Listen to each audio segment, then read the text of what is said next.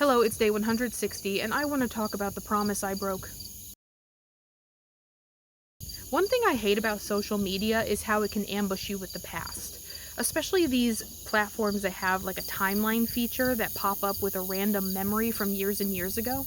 Imagine how surprised I was this morning when I sat down at my computer and I was presented with a picture of me, fresh out of college, sitting on my aunt's balcony in Las Vegas. And I looked happy enough in the picture. That's the thing about social media, you always look happy enough. But that picture was taken during one of the lowest times in my life. I had just gotten out of college, I had no prospects at all, no job, no friends, my dad just got sick, my grandpa just died, and looking back now, I realized that my aunt invited me to stay the last couple weeks of summer with her in Las Vegas because she knew that if I didn't get away from the situation I was in, I was going to put myself in an even worse situation.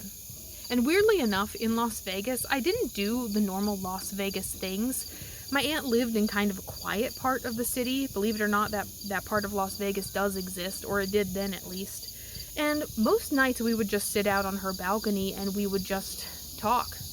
And I remember those nights being the first time that I ever opened up about a lot of the problems I was having with my health and my body image and my issues with eating. In fact, a lot of the topics that I'm covering on these videos, I first approached them with my aunt on that balcony. And before I left Las Vegas, my aunt made me make a promise to her. She said that if I ever felt like I was spiraling out of control, or if I ever felt like I was going to harm myself through my eating, that I would call her first. And the thing about promises like that is they're very easy to forget when you're no longer up in that person's face every day.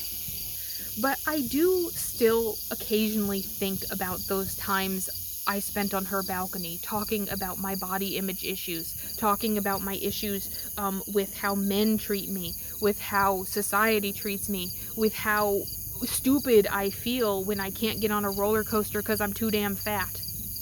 And the thing about me is I don't really talk.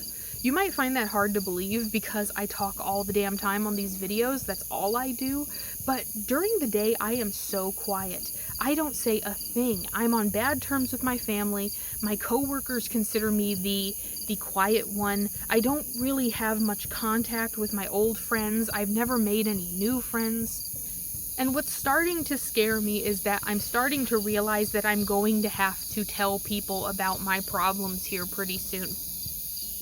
Because my aunt isn't around, I'm going to have to start telling people that I'm in a very fragile place right now, and I'm really afraid that I'm going to backslide on all of the progress that I've made in the past couple weeks.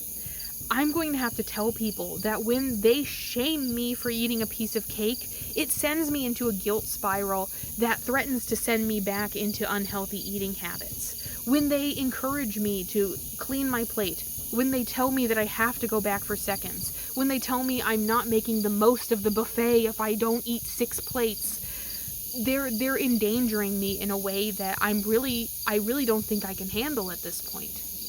And I'm afraid.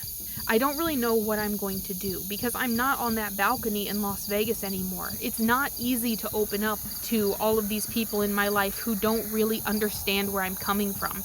People who have never been fat. People who have very bad relationships with the concept of fatness. I would go so far as to say that picture popping up on my timeline this morning ruined my day. But you know what? It's starting to get dark. It's starting to get dark, so that means the day's almost over. My neighbors are so damn loud, I'm just gonna go inside and play video games, and I will see you guys tomorrow.